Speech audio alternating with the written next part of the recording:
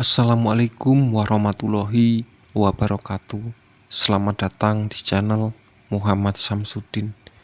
Di kesempatan kali ini saya akan melanjutkan sebuah cerita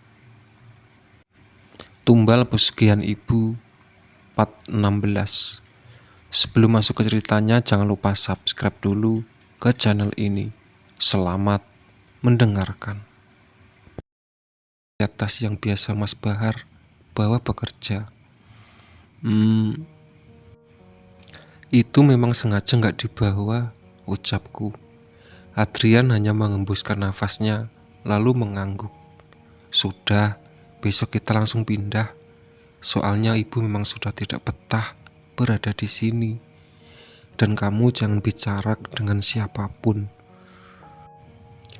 Kalaupun ada yang bertanya, bilang saja ke rumah kerabat. Untuk beberapa hari ini, mengerti? Ia menelan ludahnya dengan kasar. Ia seperti takut sekali padaku. Iya, Bu. Bagus, ibu mau packing baju kamu dulu. Nanti baju adik-adikmu ibu sumbangkan saja, ucapku. Iya, Bu. Ingat, jangan sampai pria tua itu tahu ibu gak suka sama dia. Ibu sakit hati. Ibu sakit hati. Kenapa? Aku bersedekap dada. Kamu sampai berani bicara bahwa ibu yang telah menumbalkan semua adikmu. Dan itu pasti karena omongan pria itu tua itu, bukan? Mata Adrian tampak membulat, menatapku dengan ketakutan. Maaf, Bu, jangan marah. Iya, seharusnya Adrian lebih percaya dengan sama ibu sendiri. Nah, bagus. Dia orang lain, bukan termasuk anggota keluarga kita. Jadi jangan mudah terhasut dengan omongan orang lain, Adrian. Ia hanya mengangguk. Bagus. Anak ini mulai mempercayaiku lagi setelah pria itu menghasut dirinya. Mobil sedan putih terparkir tepat di depan rumahku, sebuah taksi online. Adrian, ayo cepat, keburu orang tahu kalau kita pindah.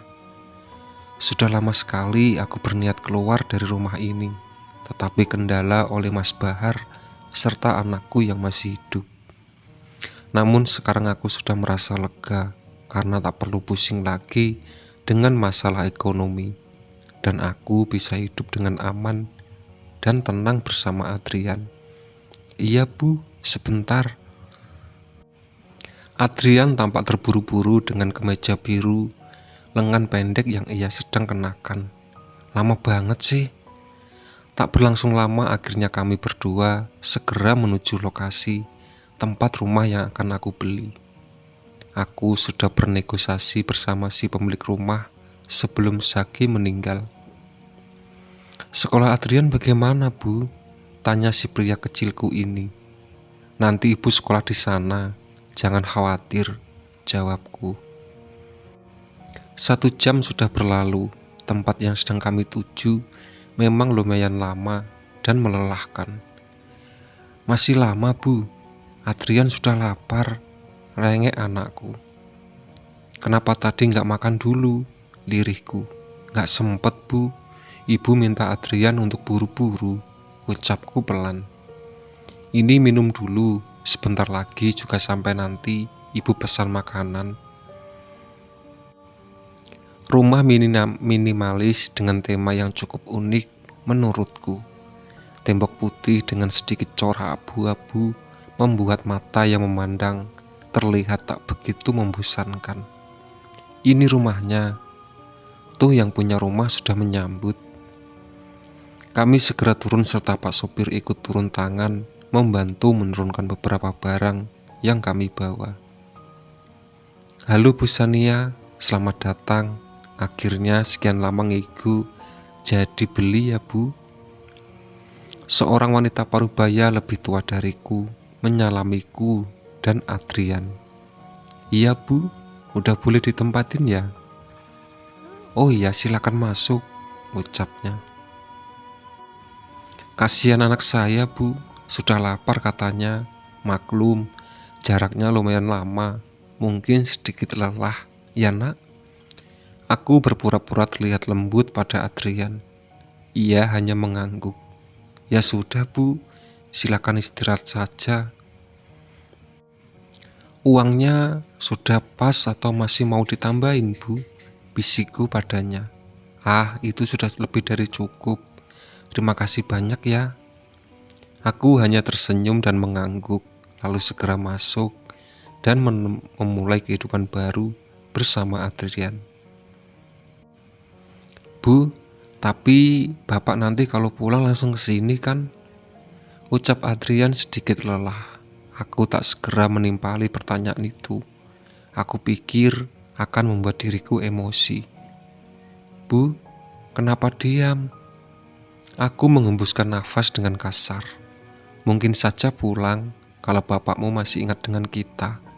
Jawabku tak menghadapi wajah Adrian.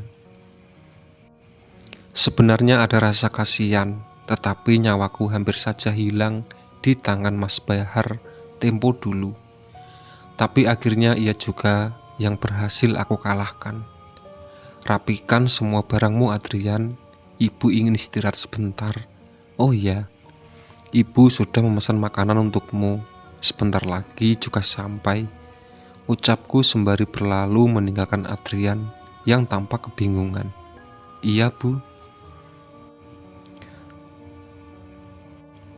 Setelah 3 tahun sudah kami hidup berdua dengan Adrian.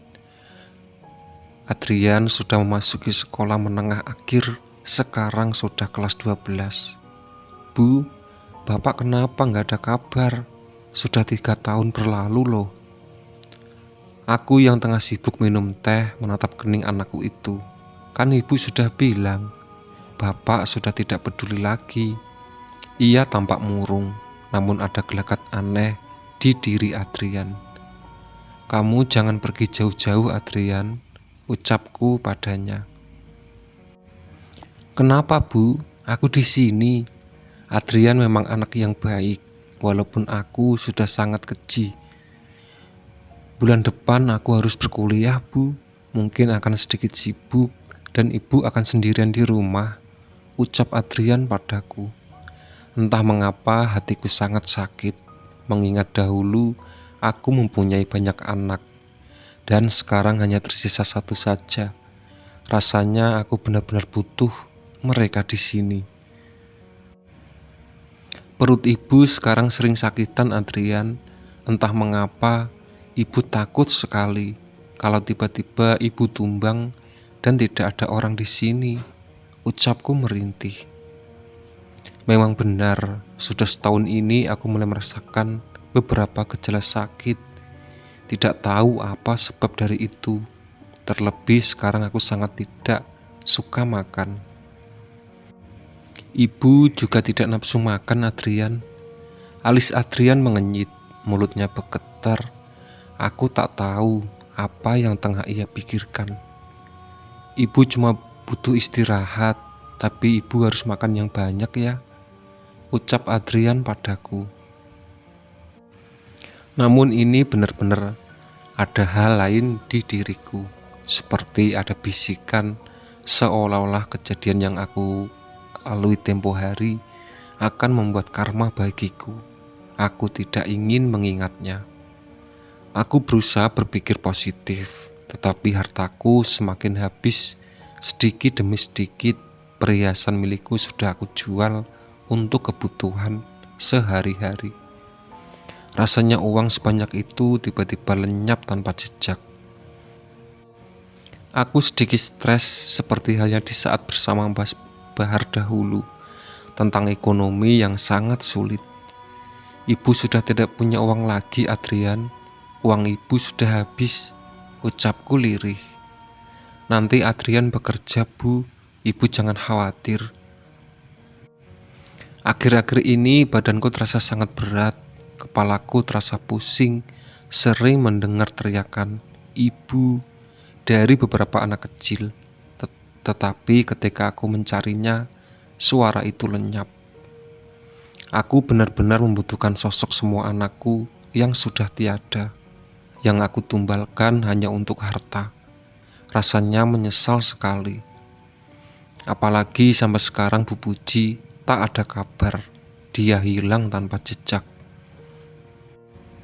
Ibu semakin aneh semenjak pindah dari rumah lama dan sekarang sudah 3 tahun di sini.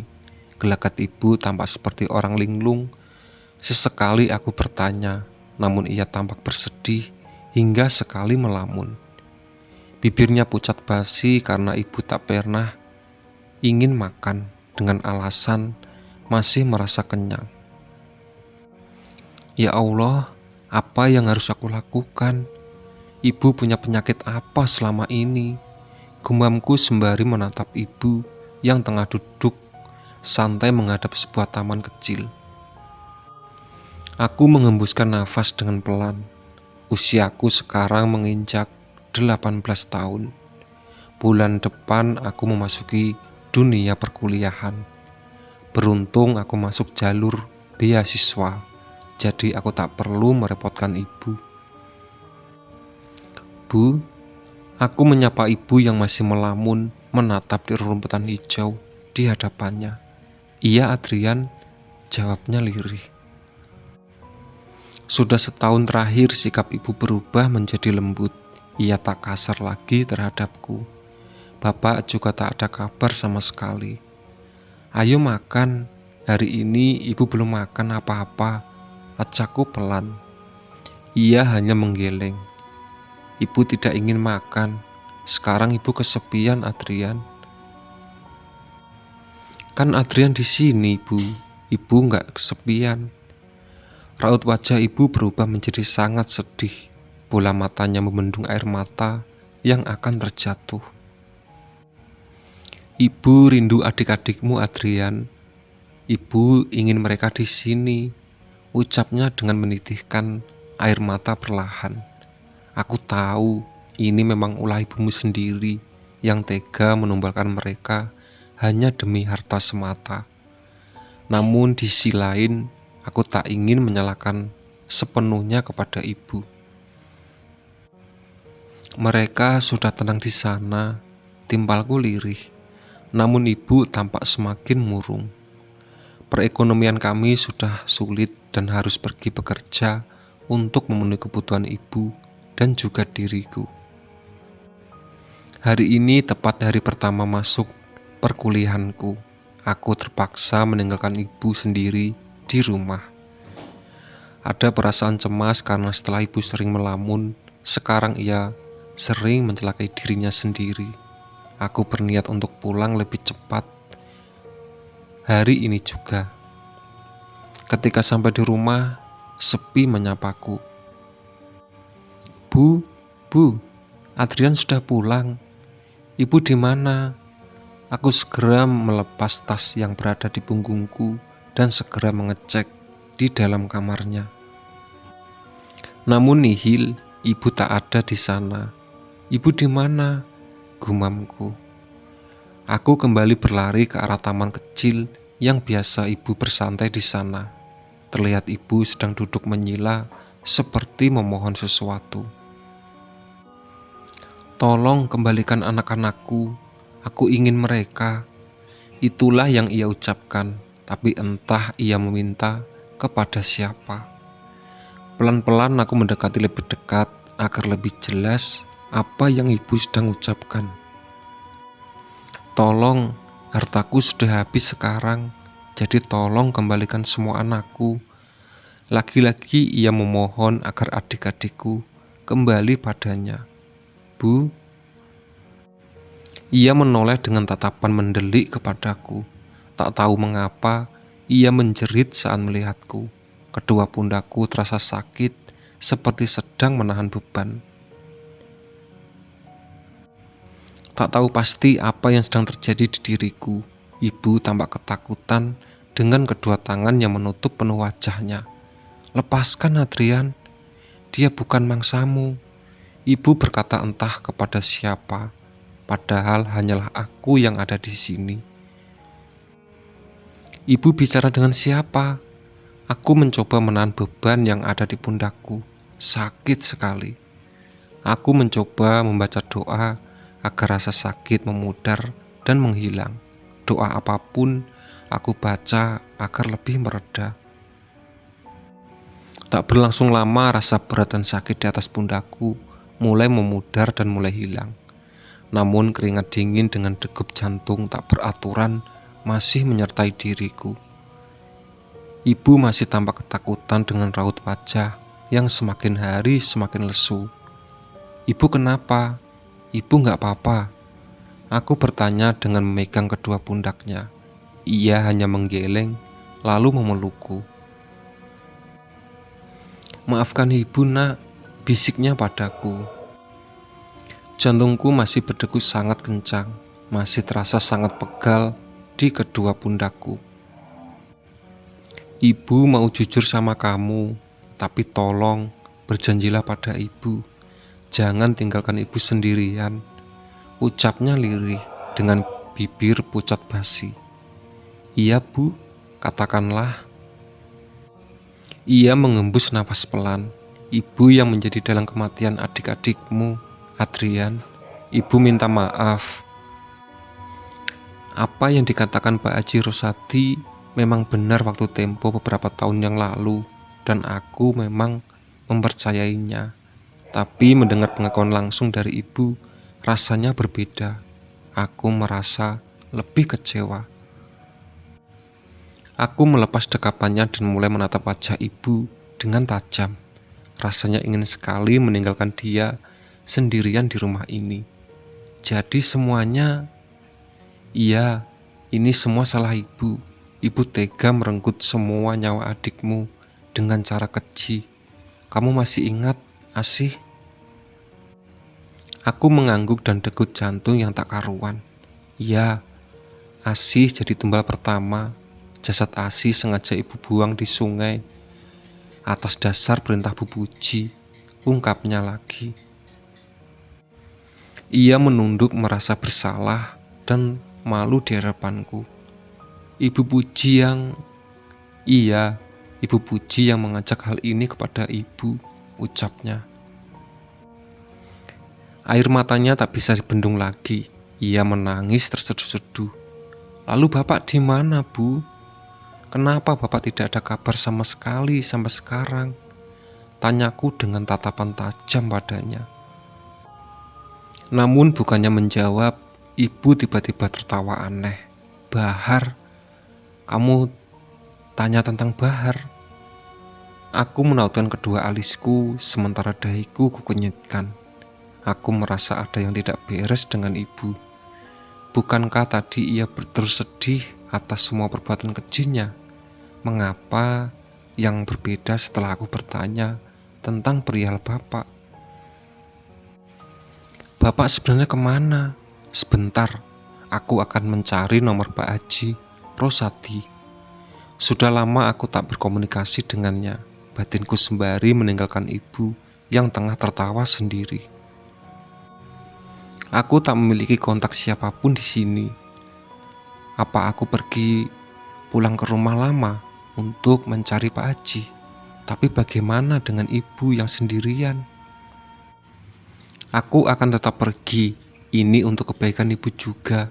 Kasihan melihatnya seperti kelelahan hingga kurus seperti itu. Aku mulai mendekat pada ibu yang tengah tertawa sendiri dengan menyebut nama bapak. "Bu, Adrian mau pergi sebentar," ucapku lirih.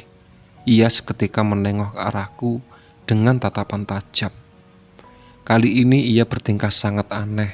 Matanya melotot ke arahku. "Jangan!" Alisku mengenyit. "Hanya sebentar saja, Bu." Tangannya terarah kedua pundakku dan menatapku amat dalam. Dengan senyum menyeringai, ia tampak bukan ibu. "Bu, lepaskan." Pegangannya sangat kuat. Giginya tampak mencuat dengan mata melotot ke arahku. "Bu, sadar Bu." Aku berusaha meraih tangan tengah memegang kedua pundakku. "Kamu mau cari pria tua itu?" Bagaimana ibu bisa tahu isi pikiranku? "Tidak Bu, aku hanya ingin membeli makanan untuk ibu." Aku sengaja berbohong karena aku tahu ia sangat membenci Pak Haji Rosadi. Perlahan-lahan ia melepas genggamannya di pundakku, lalu duduk termenung menunduk. Sakit sekali lirihku. Ibu mulai tenggelam dalam lamunan lagi. Memang sudah tidak wajar sikap ibu kali ini. Apakah perlu aku bawa ke dokter saja? Sebelum aku mencari keberadaan Pak Haji Rosadi, ia kembali menoleh padaku. Ibu mau tidur, ucapnya lirih. Aku segera menuntunnya berjalan ke dalam kamar dan membaringkan tepat di kasur serta lupa selimut menutup sekujur tubuhnya. Apa ini karma untuk ibu? Aku harus bagaimana ini? Batinku. Mungkin ini kesempatan untuk aku pergi mencari keberadaan Pak Haji Rosadi. Biarlah ibu terlelap tidur dan akan pergi sebentar. Sengaja aku menggunakan ojek online agar lebih cepat dan tidak terkena macet di jalan. Aku masih ingat betul jalan di area rumah lama ibu dan bapak dulu. Ternyata sekarang rumahnya kosong, tak berpenghuni. Hei, mau ngapain? Salah satu anak lelaki muda dariku mungkin masih di bangku SMP. Lagi lihat-lihat aja, memangnya kenapa? Tanyaku pada si bocah ini. Rumah ini angker, banyak yang kena teror kalau lewat sini. Mending abang pergi aja. Ucap si bocah ini membuatku semakin penasaran. Hendak ingin bertanya lebih dalam, si bocah ini malah pergi berlari. Hendak ingin memasuki rumah lamaku, tetapi teringat aku tak memiliki kunci untuk membukanya. Pergi ke rumah Pak Haji dulu aja ya, pikirku. Beruntung aku masih mengingat rumah Pak Haji Rosadi. Semoga beliau ada di rumah. Rumah sederhana yang masih sama seperti waktu lalu ketika aku masih duduk di bangku SMP. Aku mengetuk pintu di depanku sambil mengucapkan salam. Assalamualaikum. Namun tak ada sautan dari siapapun dari dalam rumahnya. Sengaja aku menunggu sembari duduk di kursi teras rumahnya. Tak berlangsung lama Pak Haji Rosadi keluar. Waalaikumsalam. Aku terperanjat dan langsung berdiri menatapnya dengan senyuman khasku. Kamu Adrian, anaknya Bahar, ucapnya padaku. Aku mengangguk sembari menyelaminya. Iya Pak Haji, aku Adrian. Ayo duduk, kamu kemana aja? Bapak cari-cari katanya sudah pindah rumah. Tanpa basa-basi ia langsung menanyakan keberadaanku sekarang. Iya Pak, aku pindah rumah dengan ibu. Jawabku singkat. Pindah kemana? Kenapa nggak bilang sama bapak? Maaf Pak, ibu dadakan sekali meminta untuk pindah. Jadi aku tidak sempat memberitahu bapak. Jawabku. Jadi bapakmu juga tinggal di sana? Aku menatap bingung. Aku kesini untuk mencari keberadaan bapak. Tapi Pak Haji malah menanyakan perihal bapak. Bapak tidak tinggal denganku. Aku malah nggak tahu bapak sekarang di mana Pak. Jawabku dengan raut wajah bingung. Jadi selama ini bapak sudah curiga sebelumnya.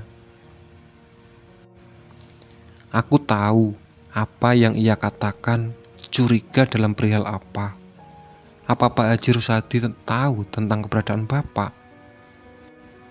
Memang bapak di mana Pak?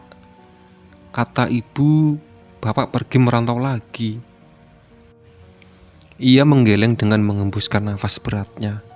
Ibumu memang keji Adrian, kan bapak sudah bilang. Sebelumnya, ibumu punya ritual pesugihan. Aku mengangguk sembari menelan saliva dalam-dalam. Iya Pak, ibu sudah jujur padaku kalau memang ia sengaja melakukan hal ini. Apa? Dia sudah mengatakannya. Dasar wanita jahanam. Aku menghela nafas perlahan, tapi aku tidak membencinya Pak.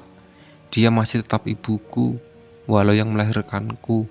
Walaupun ia sudah mati pun, ia masih tetap menjadi ibu.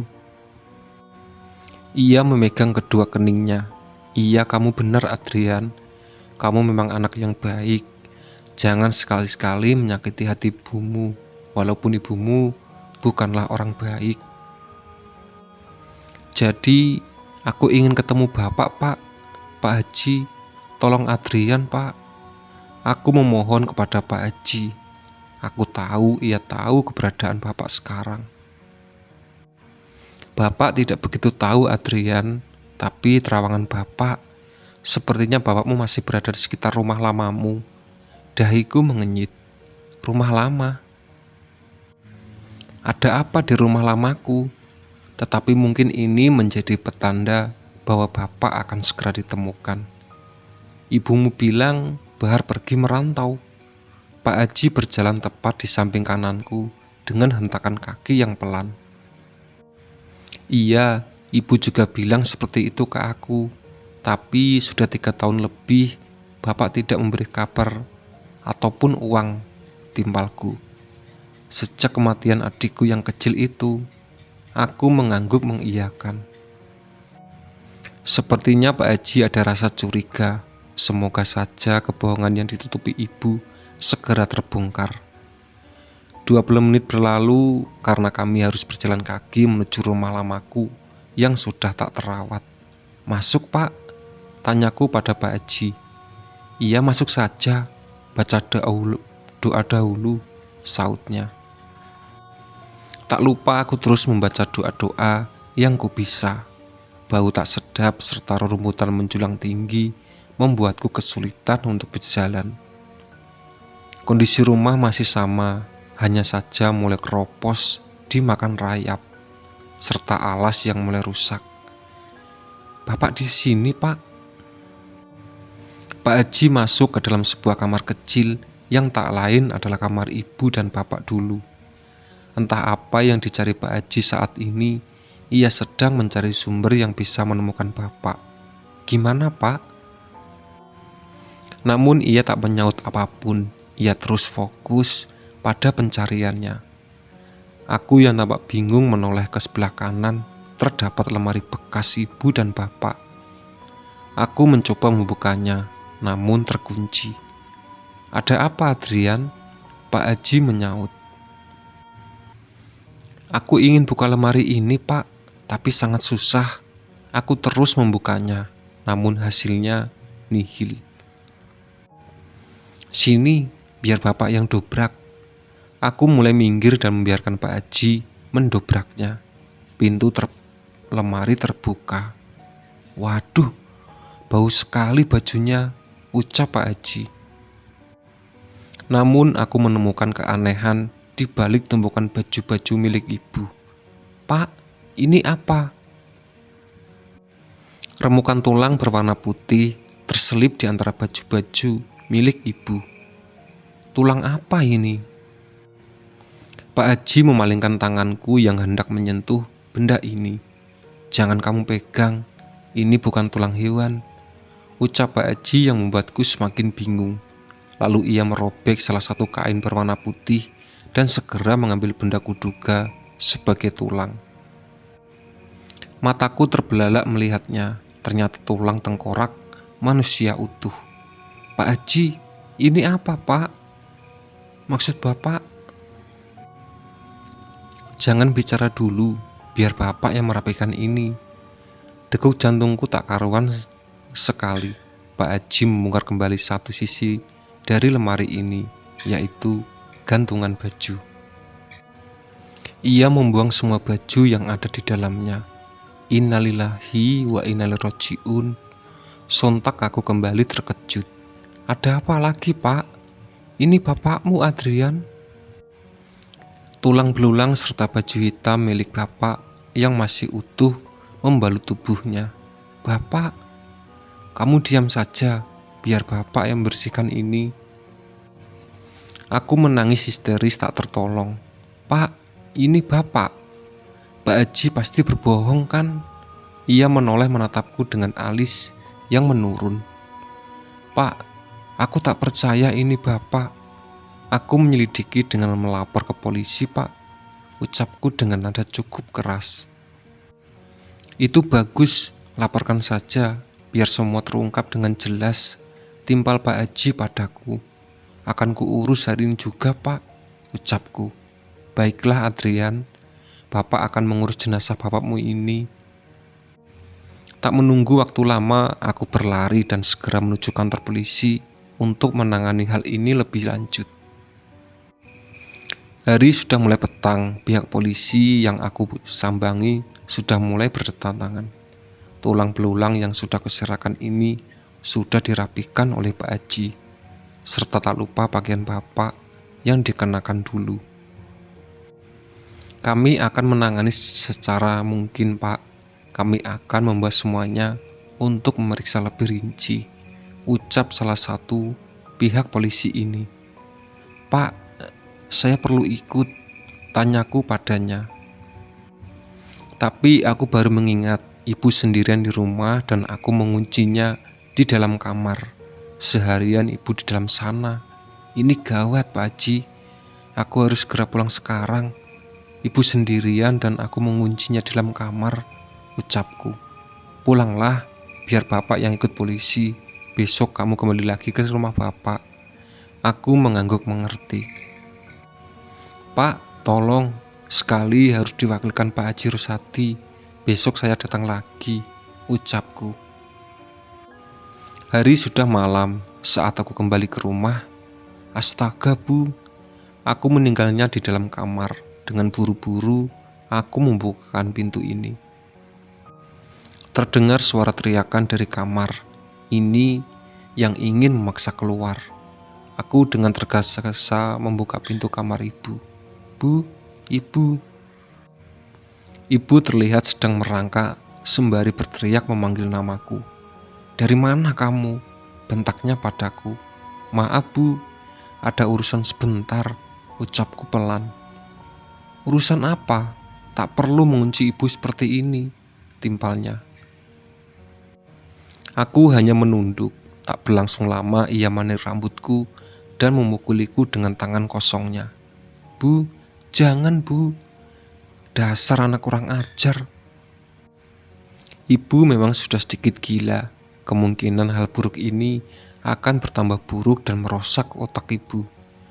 Bu, ayo tidurlah, jangan marah-marah seperti ini, ucapku. Tidak, ibu akan menjalani ritual untuk menambah uang ibu, ucapnya dengan mata melotot ke arahku. Ritual apa lagi Bu? Uang kita sudah habis. Aku harus banting tulang mencari uang, jawabku. Uang kita tidak habis, uang kita masih banyak tersimpan, dan Raja Iblis itu akan memberikan kepada ibu. Aku tak mengerti lagi apa ibu tengah berbicara. Ia memang sudah gila.